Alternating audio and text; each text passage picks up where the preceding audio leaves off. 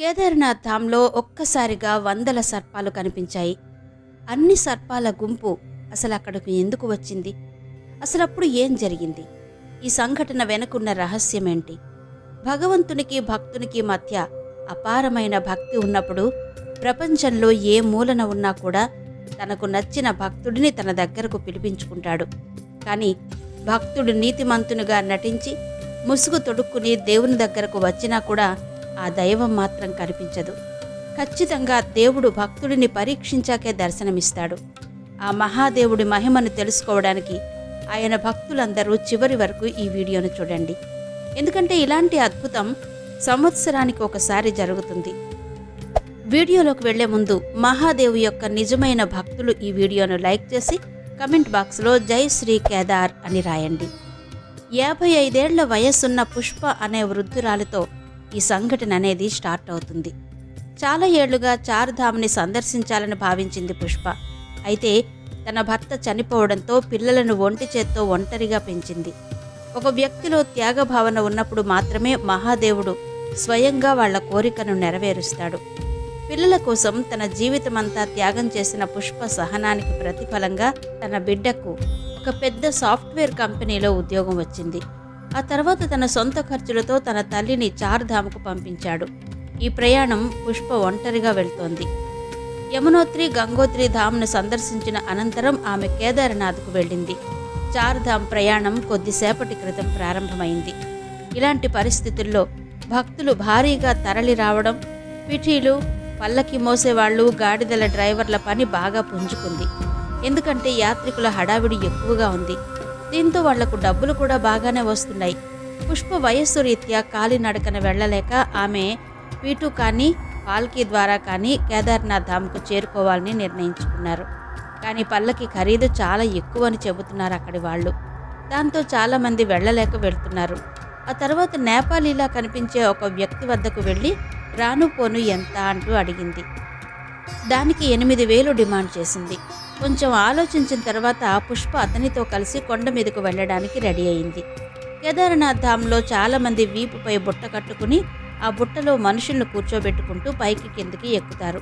అందుకే వీటిని పిట్టు అని పిలుస్తారు. పుష్ప కూడా అలాంటి పిట్టులో కూర్చుని పైకి కదులుతూ వెళ్ళింది. అక్కడ సహజ దృశ్యాలు ఆమె మనసుని కట్టిపడేశాయి. పక్కనే ప్రవహిస్తున్న మందాకిని నది శబ్దం చెవుల్లో గట్టిగా వినిపిస్తుండగా వేగంగా తిరుగుతున్న గాడిదలు కూడా అక్కడి మనుషులను కలవరపెడుతున్నాయి. పుష్ప తనతో పాటు మంచి ఫుడ్ని, రకరకాల జ్యూస్ని వెంట తెచ్చుకుంది. వాటిని ఆమె పిట్టుకి కూడా ఇచ్చింది. ఈలోగా ఆ డోలీ మోస్తున్న వ్యక్తితో మాట్లాడడం మొదలుపెట్టింది. కేదార్నాథ్లోని అనేక అద్భుతాలు, రహస్యాల గురించి అతను చెబుతున్నాడు. ఇద్దరూ కలిసి ఫోటోలు దిగారు. కబుర్లు చెప్పుకుంటూ జంగాల్ చత్తికి చేరుకున్నారు. అక్కడి నుంచి 3 కిలోమీటర్ల తర్వాత భీమిలిలో ఒక శిబిరాన్ని చూపించాడు. ఆయన నివసించిన ప్రదేశం అదే. అప్పటికి 6-7 గంటలైంది. కేదార్నాథ్లో మాత్రం 4 కిలోమీటర్లు మాత్రమే ఇంకా మిగిలి ఉంది. కొద్దిసేపటి తర్వాత పుష్ప కేదార్నాథ్ ఆలయాన్ని దూరం నుంచి చూడగానే ఆమె ఆనందానికి అవతుల్లేవు. ఎందుకంటే ఉదయం నుండి ఈ దృశ్యాన్ని చూడాలనే కోరిక కలిగింది. గర్భగుడిలోకి వెళ్ళి బాబా కేదార్నాథ్ను దర్శించండి అన్నాడు. అయితే ఆమె గుడి దగ్గరకు వెళుతుండగా జరిగిన ఓ సంఘటన అందరినీ ఆశ్చర్యానికి గురి చేసింది. అకస్మాత్తుగా 5-6 సర్పాల గుంపు పుష్పకి, ఆమె డోలీకి అడ్డంగా వచ్చాయి. అది చూసి చుట్టుపక్కల వారంతా భయపడిపోయారు. దాంతో ఆ డోలీవాడు కూడా ఒక చోట ఆగిపోయాడు. కానీ ఈ రోజు వరకు కేదార్నాథ్లో ఇన్ని సర్పాలు ఒకేసారి గుంపుగా కనిపించడంతో అందరూ ఆశ్చర్యపోయారు. ఆ ఘటన వెనుక ఏదైనా రహస్య కారణం ఉందా అని మాట్లాడుకుంటున్నారు. పుష్ప బుట్టలాంటి డోలీ నుంచి కిందికి దిగగానే క్షణాల్లో ఆ సర్పాలు అక్కడి నుంచి వెళ్ళిపోయి దారి మొత్తం క్లియర్ అయింది. అయితే ఇన్ని సర్పాలు ఈ మార్గంలో ఎందుకు వచ్చాయో ఒక్కసారిగా ఎవ్వరికీ అర్థం కాలేదు. పుష్ప ఆ రాత్రి కేదార్నాథ్లో బస చేయబోతున్నందున డోలీవాడు ఆమెను అక్కడే విడిచిపెట్టాడు. అయితే రాత్రిపూట రద్దీ ఎక్కువగా ఉండడంతో పుష్ప ఉదయం వెళ్లాలని అనుకుంది. కానీ అప్పటికే టోకెన్స్ అన్నీ అయిపోయాయి. మహాదేవ్ తనకు దర్శనమివ్వడానికి ఎందుకు ఇష్టపడట్లేదు అనుకుంది పుష్ప. దాంతో ఆమె నిరాశతో వెనక్కి తిరిగి వెళ్ళిపోవాలని అనుకుంది. అప్పుడు ఆమె చేతిలో తనది కాని తాళం చెవి దొరికింది. నన్ను మోసుకొచ్చిన ఆ డోలీవాడికి చెందిన తాళం చెవేమో అనుకుంది. పుష్ప మళ్ళీ కేదార్నాథ్ ధామ్లో పైనుంచి కిందికి దిగడం ప్రారంభించింది. ఆ తాళం చెవి వాడికి ఇవ్వడం కోసం ఆమె కిందికి రాగానే ఆమె వెళ్ళిన ఆ డోలీవాడి శిబిరాన్ని చూసింది. పుష్ప ఆలోచించింది, ఆ శిబిరానికి వెళ్ళి తాళం చెవిని ఇచ్చేస్తే మంచిది అని. బహుశా ఇది తనకు ఎంత అవసరమో అనుకుంది. ఇక అక్కడి వరకు వెళ్ళి శిబిరం దగ్గర నిలబడి అతన్ని పిలిచింది. కానీ అతను శిబిరంలో లేనట్టుగా అనిపించింది. దాంతో పుష్ప ఆ తాళం చెవిని శిబిరం లోపల పెట్టేద్దామని లోపలికి వెళ్ళింది. అయితే అక్కడ చాలా దుర్వాసన వచ్చింది. అక్కడ ఉన్న ఒక బ్యాగ్ తెరిచి చూడగా అందులో మాంసం ఉంది. చుట్టూ ఉన్న బ్యాగులన్నీ మాంసాహారంతో నిండిపోవడంతో ఒక్కసారిగా షాక్ తిన్నది పుష్ప.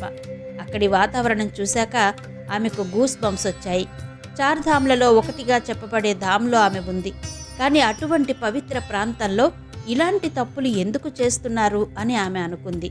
అనంతరం ఈ మొత్తం ఘటనకు సంబంధించిన సమాచారాన్ని సమీపంలోని కేదార్నాథ్ బేస్ క్యాంపుకు చేరవేసింది. వెంటనే ఈ ఘటనపై అక్కడి పోలీసులు విచారణ చేపట్టారు. కొన్నాళ్లకు ఇతర డోలీవాళ్ల సహాయంతో ఆ డోలీవాడు పట్టుబట్టాడు. అప్పుడు పుష్పకి ఒక విషయం అర్థమైంది. కేదార్నాథ్ ధామ్ చేరుకున్న తర్వాత తనను దేవుడి దగ్గరకు వెళ్లనివ్వకుండా తాను వెళ్లే దారిలో ఆ సర్పాల గుంపు ఎందుకు చుట్టుముట్టింది అనే విషయం ఆమెకు నెమ్మదిగా అర్థమైంది. నిజానికి ఇలాంటి దుర్మార్గులు అలాంటి పవిత్ర ప్రదేశానికి రావడాన్ని పూర్తిగా నిషేధించారు కాబట్టి అతను ముందుకు వెళ్లకుండా అడ్డుకోవాలి అనుకున్నారు. కానీ నేను అలాంటి వ్యక్తి డోలీలో ఈ ప్రయాణాన్ని పూర్తి చేశానా అని తెగ ఫీల్ అయింది. బహుశా అందుకే కాబోలు మహాదేవుడు నాకు దర్శనమివ్వలేదు అని అర్థం చేసుకుంది. పుష్ప సర్పాల గుంపు రహస్యం మొత్తం అర్థం చేసుకుని ఏడుస్తూ తన పాపానికి మహాదేవుణ్ణి క్షమించమని వేడుకుంది.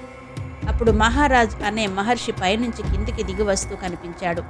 తన విజయాల ద్వారా పుష్ప బాధను అర్థం చేసుకుని ఆమెకు అండగా నిలిచాడు. మీరు చేసిన పనులన్నీ మహాదేవుని లీలలేనని వివరించారు. వారు తమ నివాసంలో ఏదైనా తప్పు జరిగినా, అపవిత్రమైన పని జరిగినా సహించలేరు. మీరు ఇలాంటి ఒక విషయాన్ని బయటపెట్టేలా చేయడానికి ఆ మహాదేవుడు మిమ్మల్ని ఒక మాధ్యమంగా వాడుకున్నాడు అని చెప్పాడు. ఆ తర్వాత సాధు మహారాజు పుష్పకి దర్శనం టోకెన్ ఇచ్చి ఈసారి తప్పకుండా టోకెన్ ద్వారా చూస్తానని చెప్పి అక్కడి నుంచి వెళ్ళిపోయారు. పుష్ప కళ్లల్లో నీళ్లు తిరిగాయి. కానీ ఇదే కళ్లతో మళ్ళీ చెప్పింది తాను రైల్ రిజర్వేషన్ను ఒకరోజు పొడిగించమని తన కుమారుడికి చెప్పింది. అలా 3-4 గంటల తర్వాత కేదార్నాథ్ ధామ్కు చేరుకుంది. దర్శన మార్గంలోకి వచ్చిన తర్వాత సాధు మహారాజ్ ఇచ్చిన టోకెన్తో చివరికి కేదార్నాథ్ జ్యోతిర్లింగాల గర్భగుడిలో చాలా చక్కగా కనిపించాడు మహాదేవుడు. అనంతరం బద్రీనాథ్కు బయలుదేరి 4 ధామ్ యాత్రను పూర్తి చేసింది. అంటే దైవం మనతో ఏదో ఒక మంచి పని చేయించాకే తన దర్శనం కల్పిస్తాడు అనడానికి ఈ ఘటనే ఒక ఉదాహరణ. ప్రస్తుతానికి కేదార్నాథ్ ధామ్ తలుపులు మూతపడ్డాయి. ఉత్తరాఖండ్లో ప్రముఖ పుణ్యక్షేత్రం కేదార్నాథ్ను మంచు దుప్పటి కప్పేసింది. సోమవారం రాత్రి నుంచి అక్కడ మంచు కురుస్తోందని అధికారులు తెలిపారు. కేదార్నాథ్ ఆలయం, దాని పరిసర ప్రాంతాల్లో సుమారు 5 అడుగుల మేర మంచు పేరుకుపోయింది. అక్కడి కొండలన్నీ మంచు దుప్పటిని పరుచుకుని శ్వేతవర్ణంలోకి మారిపోయాయి. మంచు కురిసి ఒక్కసారిగా వాతావరణం ఆహ్లాదకరంగా మారింది. కేదార్ లోయ మొత్తం తెల్లటి మంచు తెరపరుచుకుంది. హిమాచల్ ప్రదేశ్లో భారీగా మంచు కురుస్తోంది. ఉష్ణోగ్రతలు కనిష్ట స్థాయికి పడిపోవడంతో 2 రోజుల నుంచి ఎడతెరిపి లేకుండా మంచు కురుస్తూనే ఉంది. దీంతో ఎక్కడ చూసినా మంచు దిబ్బలే దర్శనమిస్తున్నాయి. ఇళ్ళు, రహదారులు, వాహనాలు, చెట్లపై భారీగా హిమపాతం పడుతోంది. దీంతో ఆయా ప్రాంతాలు కనుచూపు మేర శ్వేతవర్ణం అలుముకున్నాయి. కేదార్నాథ్ ధామ్ని దర్శించుకోవడం నిజంగా ఒక గొప్ప అదృష్టమే. మరి ఈ వీడియో మీకు ఎలా అనిపించిందో క్రింద కమెంట్ సెక్షన్లో చెప్పండి.